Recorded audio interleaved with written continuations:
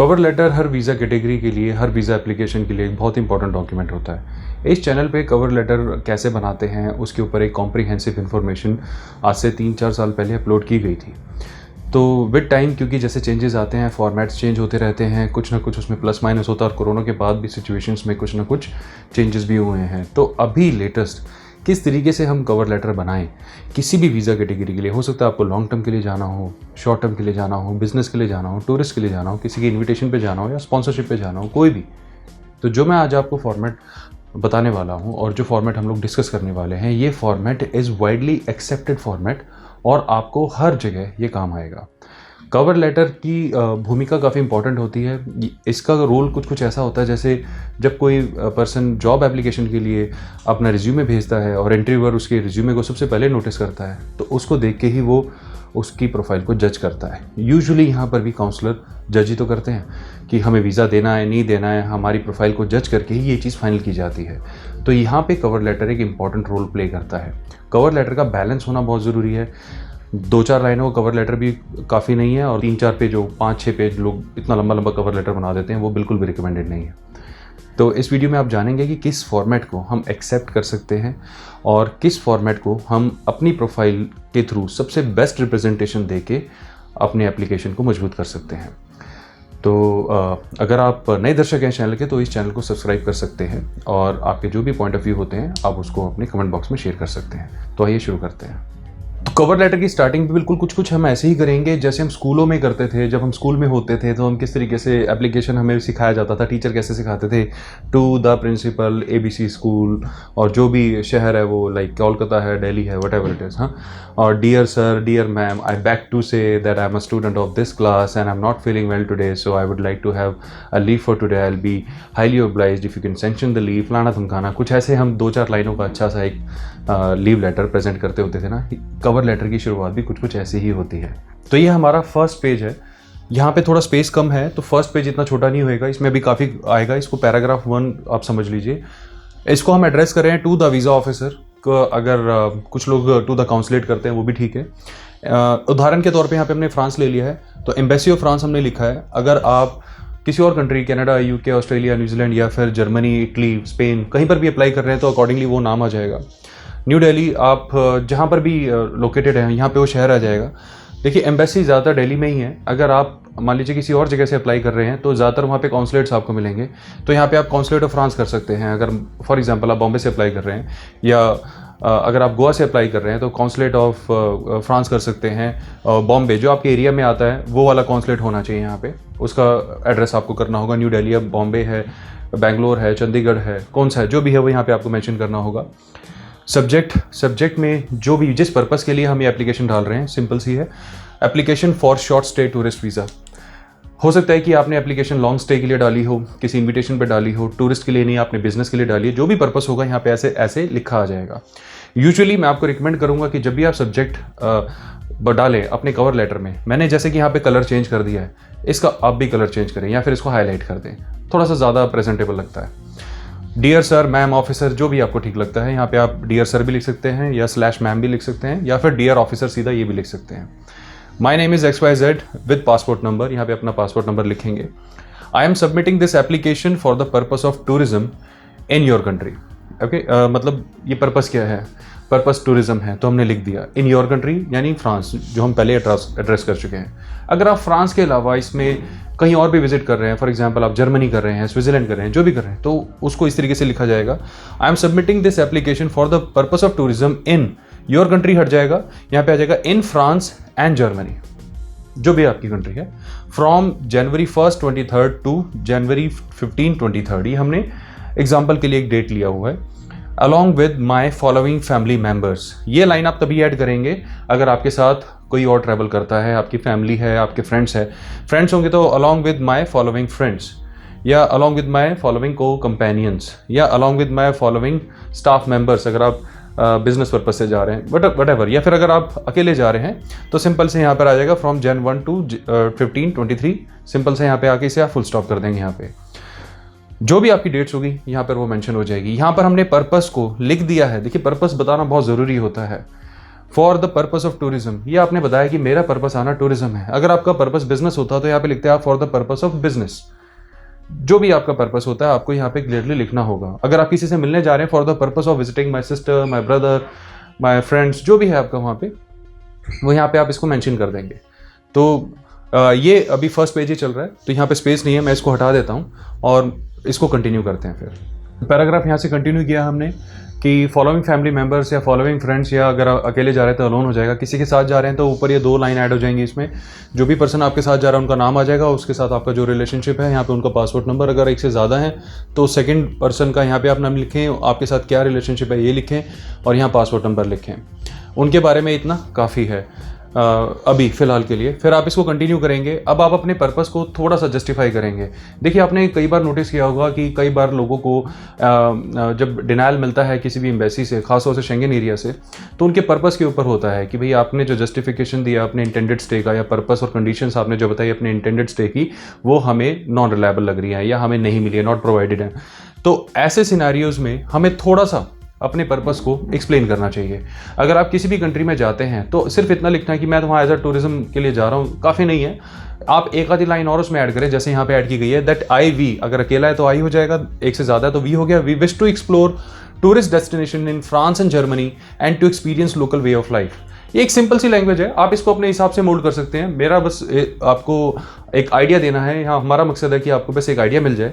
आप इसमें ये भी लिख सकते हैं कि मैं वहाँ पे फेमस टूरिस्ट डेस्टिनेशन को देखना चाह रहा हूँ, या फिर वहाँ पे मैं ट्रैवल करना चाह रहा हूँ और हमने बहुत सुना है आपके कंट्रीज के बारे में। We have heard a lot about France and German cuisine. We personally would like to explore this things and to experience the local way of life, या लोकल कल्चर, या फूड एंड कुजाइन, कुछ भी आप इसमें add कर सकते हैं।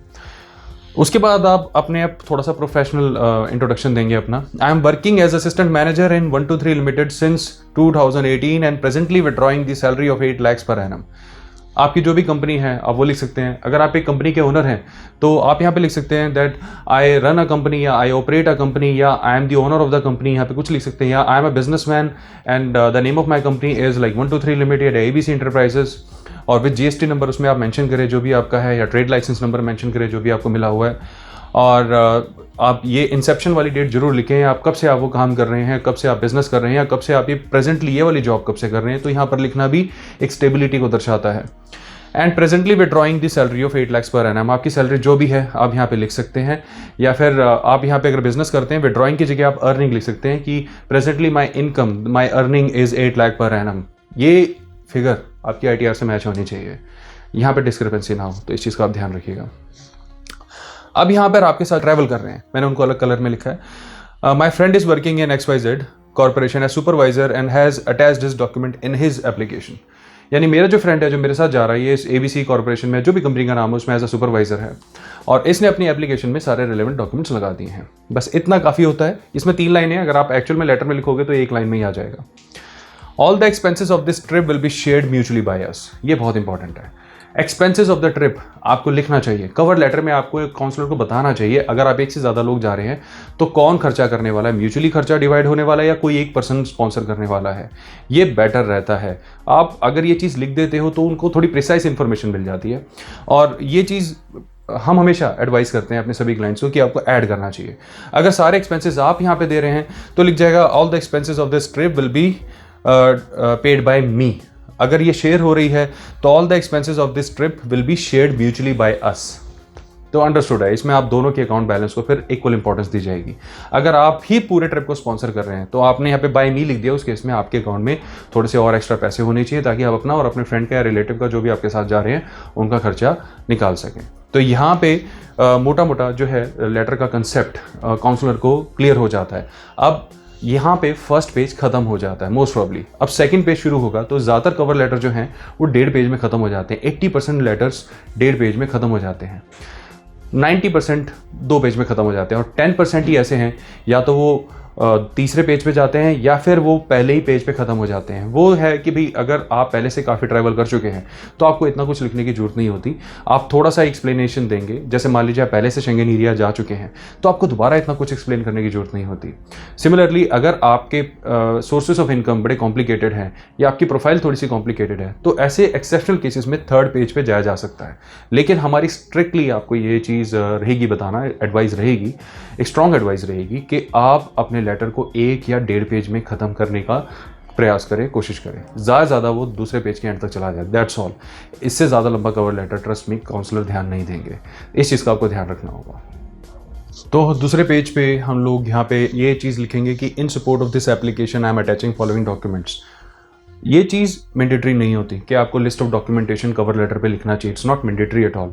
लेकिन एडवाइजेबल है, थोड़ा सा आपका प्रोफाइल जो है ऑर्गेनाइज लगता है कि आपने अगर शुरू में ही बता दिया, इंडेक्सिंग कर दी अपनी पूरी प्रोफाइल की। आप जैसे मान लीजिए कोई बुक लेते हैं, शुरू में इंडेक्सिंग होती है ना, पेज नंबर 1 पे ये लेसन है, 2 पे ये है, या पेज नंबर चैप्टर नंबर 1 इस पेज पे है, तो इंडेक्सिंग हो जाती है। तो ये क्लासिफिकेशन होनी थोड़ा सा हेल्प करती है। तो यहाँ पर अगर आप ये चीज़ लिख देते हैं तो उससे आपकी प्रोफाइल की क्लासिफिकेशन बड़ी ऑर्गेनाइज लगती है। पासपोर्ट, वीज़ा फॉर्म, फोटोज़, 6 या 3 मंथ्स की अकाउंट स्टेटमेंट, आप जिस भी कंट्री में अप्लाई कर रहे हैं वहाँ पे जो भी रूल है अकॉर्डिंगली, 2 to 3 ईयर्स की ITR जो भी आपके पास है। अगर आप जॉब कर रहे थे, NOC from the company, sanction leave letter लेना आपके लिए बहुत ज़रूरी है। या फिर अगर आप खुद बिजनेस करते हैं तो कंपनी रजिस्ट्रेशन प्रूफ, यानी आपकी कंपनी का जो भी प्रूफ है, ट्रेड लाइसेंस है या आपका GST वगैरह है, या आप इंपोर्ट एक्सपोर्ट करते हैं उसका आपके पास कोड है, जो भी वट एवर इट इज़। और माई फैमिली IDs, ये आपकी होम टाइज को दर्शाता है। फैमिली IDs आप सिर्फ उनकी लगा सकते हैं जो आपकी फैमिली है, यानी मम्मी पापा का आप तभी अपनी ID यूज़ कर सकते हैं अगर एक्चुअल में वो आपके ऊपर पूरी तरीके से डिपेंडेंट है।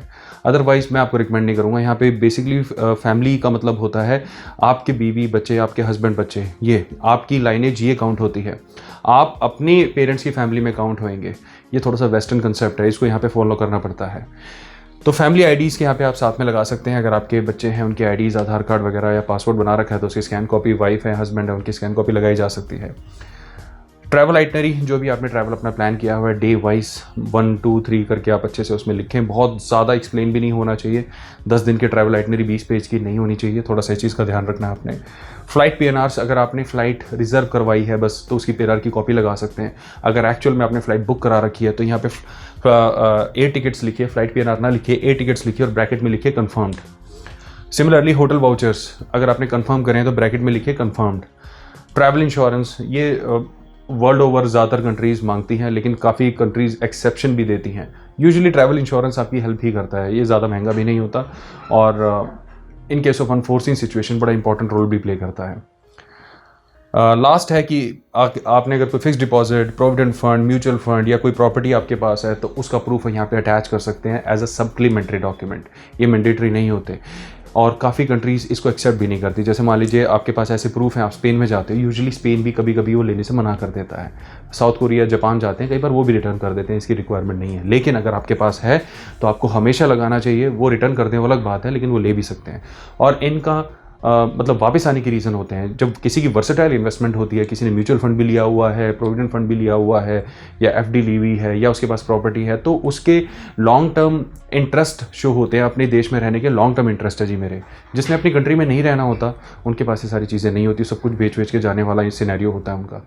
अगर आपके पास हैं तो लगाएं, ये हेल्प करेंगे। अगर नहीं है तो चिंता वाली कोई बात नहीं है। ऐसा नहीं है कि इनकी वजह से वीज़ा नहीं मिलता ही मिलता है, ऐसा भी नहीं है। रिजेक्ट तब भी होते हैं, और ऐसा भी नहीं है जिसके पास ये नहीं है उसका वीज़ा रिजेक्ट होता है, ऐसा नहीं है, उसको भी मिलता है। तो ये सिर्फ एक सप्लीमेंट्री हेल्पिंग डॉक्यूमेंट होता है। इसके बगैर ऐसा नहीं कि मैंडेटरी है और इसके बगैर वीज़ा नहीं हो सकता, दिस इज़ नॉट राइट। लेकिन है तो उसे लगाना चाहिए। तो यहाँ पे क्योंकि स्पेस खत्म हो चुका है तो सेकंड पेज ही चल रहा है। बेसिकली 90% तो हमारा लेटर यहाँ पे तैयार हो गया। लास्ट में हम एक एक्नॉलेजमेंट रखेंगे, या तो हम एक्नॉलेजमेंट रखेंगे या फिर अब ये कंटिन्यू होगा अगर आप किसी की स्पॉन्सरशिप या इनविटेशन पे जा रहे हो तो आप नेक्स्ट लाइन क्या लिखोगे। अगर आप किसी की इनविटेशन पे जा रहे हैं तो यहाँ पे सिंपल सा आपका ऐड हो जाएगा। अगर जा रहे हैं तो इनविटेशन या स्पॉन्सरशिप पे तो ही ऐड होगा, अदरवाइज ये नहीं लिखना है। I am being invited bye my friend, friend है, रिलेटिव है, जो भी है, कज़न है, ब्रदर है, सिस्टर है, पेरेंट्स हैं, जो भी यहाँ पे आप लिखेंगे। उनका नाम आ जाएगा इधर और उनका पासपोर्ट या पीआर नंबर जो उनके पास है वहाँ पे उस कंट्री का वो यहाँ पे लिखेंगे। On the occasion of his wedding, यहाँ पे हमने उदाहरण के तौर पे वेडिंग ले लिया है, हो सकता है आपकी ओकेशन कुछ और हो, कोई फैमिली गेट टुगेदर हो रहा हो, कोई बर्थडे हो, कोई एनिवर्सरी हो, या किसी ने कोई नया घर लिया हो, या किसी ने कोई एजुकेशन पास की हो, ये कैजुअल फैमिली गेट टुगेदर है, कोई ओकेशन नहीं है, तो यहाँ पे वो लिखा जा सकता है। I have also attached his documentation, his her their जो भी है इन दिस एप्लीकेशन एज, किस तरीके से आपने डॉक्यूमेंट अटैच करें, उनका invitation letter, passport plus PR TR copy, उनका परमानेंट रेजिडेंस है, टेम्पररी रेजिडेंस है, जो भी कार्ड है उसकी कॉपी, पासपोर्ट मस्ट है, इसमें लगना चाहिए, 6 मंथ अकाउंट स्टेटमेंट, उनकी 6 मंथ की जो भी अकाउंट स्टेटमेंट है। यहाँ पे काफ़ी सारे लोग शायद कंफर्टेबल ना हो अपनी अकाउंट स्टेटमेंट को शेयर करने में, तो अकाउंट स्टेटमेंट अगर सिर्फ एक इन्विटेशन है तो मैंडेटरी नहीं है, लेकिन अगर वो आपके पूरे खर्चे को वही स्पॉन्सर कर रहे हो, कहते हैं जी सारा खर्चा मैं दे रहा हूँ, तब मैंडेटरी हो जाता है, उनको अकाउंट स्टेटमेंट देना होगा। रेजिडेंस प्रूफ, अगर आप उनके घर पे रह रहे हैं जाके, वो लिखते हैं कि आप उनके घर पे स्टे करेंगे, तो रेजिडेंस प्रूफ मस्ट है, उनको लगाना होगा। एम्प्लॉयमेंट प्रूफ, अगेन अगर वो आपको स्पॉन्सर करते हैं तो यहाँ पे मस्ट है, 100% लगना चाहिए, लेकिन अगर वो आपको स्पॉन्सर नहीं करते हैं तो ये मैंडेटरी तो नहीं है, बट हम फिर भी बोलते हैं एम्प्लॉयमेंट प्रूफ में क्या है कि उनका जो भी वर्क कॉन्ट्रैक्ट लेटर है वो साथ में लग जाएगा, ज़्यादा सैलरी स्लिप अटैच हो जाएंगी, इससे आपको हेल्प ही मिलेगी, लॉन्ग टर्म हेल्प मिलती है। तो इस तरीके से जो भी आपको स्पॉन्सर या इन्वाइट कर रहे हैं उनके बारे में आप थोड़ा सा इस तरीके से ब्यौरा काउंसलर को दे सकते हैं। तो अगर कोई इनविटेशन या स्पॉन्सरशिप नहीं है तो उस केस में फिर हम लेटर को एंड करते हुए ग्रेटिट्यूड शो करते हैं, वो किस तरीके से मैं आपको बता देता हूँ। तो लास्ट में ग्रेटिट्यूड शो करते हुए हम लिखेंगे, please consider this application, I hope all the documents are in order, please do contact me at the following contact details for any assistance और clarification, I will remain at your disposal. मतलब ये application को consider करें, एक normal ये line लिखी जाती है, आप इसमें सिंपल ये भी लिख सकते हो, thank you for considering this application, या फिर please consider this application for the set purpose, ये भी लिखा जा सकता है। I hope all documents are in order, ये एक एक्नॉलेजमेंट लाइन है, इसका कोई मतलब है कि मैं उम्मीद करता हूँ मैंने सारे डॉक्यूमेंट्स इसमें अटैच कर दिए हैं। Please do contact me at the following contact details, आप मुझे ज़रूर कॉन्टैक्ट करें इन केस अगर नीड अराइज है तो। फॉर एनी असिस्टेंस और क्लैरिफिकेशन, आपको कोई असिस्टेंस या मेरे से कोई क्लैरिफिकेशन चाहिए, आई will remain at your disposal, मैं आपके लिए अवेलेबल रहूँगा या रहूँगी। Thank you. यहाँ पे आप साइन करेंगे, साइन वही होने चाहिए जो आपके पासपोर्ट में है, ध्यान रखिए अगर आपने साइन चेंज कर दी है तो मैं आपको रिकमेंड करूँगा कि आप अपने पासपोर्ट वाले साइन ही यूज़ करें या फिर अपने पासपोर्ट पे अपडेट कराएं। यहाँ पे आपका नेम आ जाएगा एज पर पासपोर्ट, डेट जिस डेट पे आप अप्लाई कर रहे हैं, और लास्ट में फ़ोन नंबर आप मेंशन कर देंगे। फ़ोन नंबर जब मेंशन करेंगे उसको आप हाईलाइट कर देंगे, दैट्स इट। ये आपका कवर लेटर है। 99% केसेस में ये फॉर्मेट एक्सेप्टेबल है। इंटरनेट में बहुत सारे फॉर्मेट्स हैं, सिर्फ यही नहीं, बहुत सारे हैं भरे पड़े हैं। आपको सिर्फ आइडिया देना है, इस वीडियो के माध्यम से आपको सिर्फ आइडिया देना है कि कवर लेटर में क्या चीज़ें लिखी जा सकती हैं। आप अपने लैंग्वेज से उसको थोड़ा सा और इनोवेटिव बना सकते हैं, थोड़ा और कैची बना सकते हैं, थोड़ा और इंटरेस्टिंग बना सकते हैं। आप अपनी वोकैब को यूज़ करके बिल्कुल you are free to do it, इसमें कोई बाउंडेशन नहीं है। ये किसी भी एम्बेसी द्वारा कोई ऑफिशियल लेटर नहीं है, कोई ऐसा फॉर्मेट नहीं है कि किसी एम्बेसी ने दिया हो, नो। एक वाइडली सर्कुलेटेड, एक एक्सेप्टेड फॉर्मेट है, ये बड़ा ही कॉमन फॉर्मेट है, तो इसको आप अपने अकॉर्डिंगली यूज़ कर सकते हैं। तो मुझे उम्मीद है इस वीडियो से आपको एक कवर लेटर का कंसेप्ट अच्छे से समझ में आ गया होगा। बहुत सारी इन्फॉर्मेशन लेकर फ्यूचर में फिर मिलेंगे। आपके कोई क्वेश्चन कंसर्न है तो आप उसे कमेंट में शेयर कर सकते हैं। अपना समय देने के लिए धन्यवाद। Bye bye.